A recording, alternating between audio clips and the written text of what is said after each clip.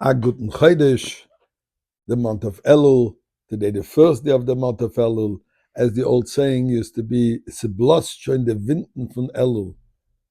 The winds of Elul is already blowing. Although it's the first day of Elul, of Rosh Chodesh Elul, and really the month starts tomorrow, nevertheless, we already feel it in the air. We started saying this morning, the David Hashem Oiri, according to the Chabad custom. So today I would like to go back a little bit in history, what the month of Elul represents. But before we do this, let us say thank you to Hashem and pray to Hashem that this month of Elul, right now, should be the ultimate month of redemption. Mizmor lesoida, rila adenu kol ha'ativ des adenu b'simcha b'oile fado b'nono. Du ki adenu elimu osonu v'lo enach la'ama v'tzav marisa b'oile shor b'soida chatzroisa b'silo. Hoido lo baruch Shemoi ki tov adenu le'lom chasdo v'yadoi v'odor emun asoi. Let us give some tzedakah. Month of Elul is always good to give a little bit more. And let's see the history. Really, the importance of the month of Elul started already with the Jewish people in the desert, with Moshe Rabbeinu's particular leadership and intervention on our behalf. What happened? On the 6th day of Sivan, we received the Torah. On the 7th day of the month of Sivan, this is the first year after we came out from Egypt, 7 weeks after we came out, Moshe Rabbeinu went up to heaven to receive the first set of tablets. He comes down on the 17th day of the month of Tammuz and he sees the golden calf. He breaks the tablets. The next day he goes back up again for 40 days and he pleads with God for forgiveness. And he came down on the 29th day of the month of Av. God has forgiven. And God told him, come back with the stones that you have prepared, and we will engrave it again up here in heaven. He went back on the first day of the month of Elul in the morning, stayed there for 40 days, and came down on the day of Yom Kippur with a second set of tablets. Vayomer Hashem solachti kidvorecha, God had said, I have forgiven as you have requested. What means as you have requested? That not only did I forgive, but I replaced the first set of tablets. You have the luchas again. Even more than this, the second luchas were greater than the first luchas.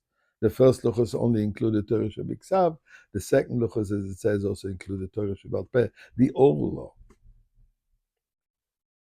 So these are the month of Elul, those 40 days from Rosh Chodesh Elul until Yom Kippur, are days which are extremely propitious for God's forgiveness, for God's reconnecting with us, and we reconnecting with Hashem.